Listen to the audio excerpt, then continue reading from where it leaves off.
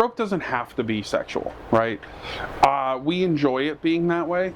Like, obviously, you have a spectrum, right?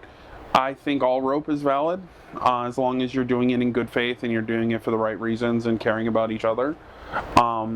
But for us, intimacy is rawness, it's openness, it's not hiding things, it's vulnerability. And sex is one of the most vulnerable moments for both of us. For me, and I know for her, like, a lot of turmoil comes from not being able to be vulnerable when we want to, and this is like this forced vulnerability, and sex being such a vulnerable thing for both of us allows a lot deeper release. She's kind of a stoic person who doesn't let a lot of emotions out, and removing clothes, putting her in positions where she can't, like where I distort her body or show nudity, or sex, or give her, pull her, genitals out or whatever, she starts to really start getting in her feelings, and it starts to hit those deep pockets of emotions that she talks about when she means being empty. It's the size of the right whale and the copepod on which it feeds seems to encompass the scale of the problem. Yeah. And you have an animal which is like a dinosaur. It has the most bizarre aspect, the features to it,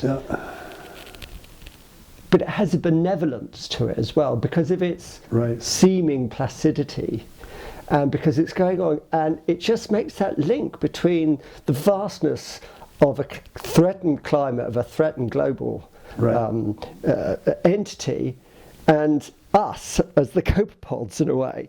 And it's like the scale of what the whale represents.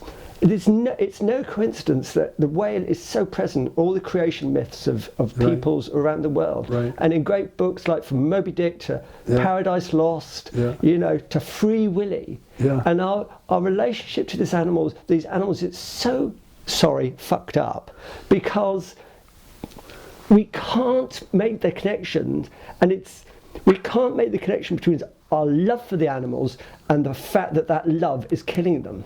Well, one of the things I've tried to do is to document their, you brought up the topic, reproductive methodology, because right whales are very unusual in the complete absence of aggression in how they reproduce.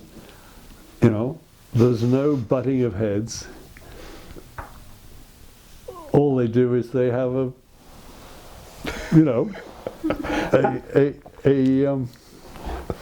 what's the best way to describe it? Orgy. They have an orgy. Yeah, I think that's probably about right. Hours and hours of foreplay. Yeah, lots of play, and it's all quite gender independent too. Yeah.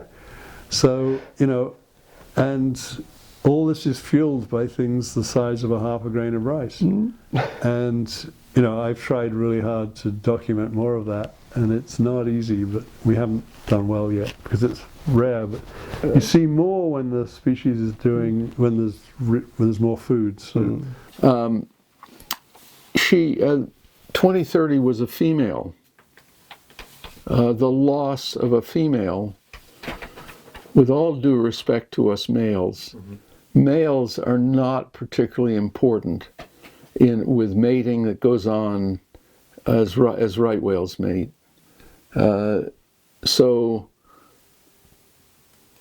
she represented the future of these animals.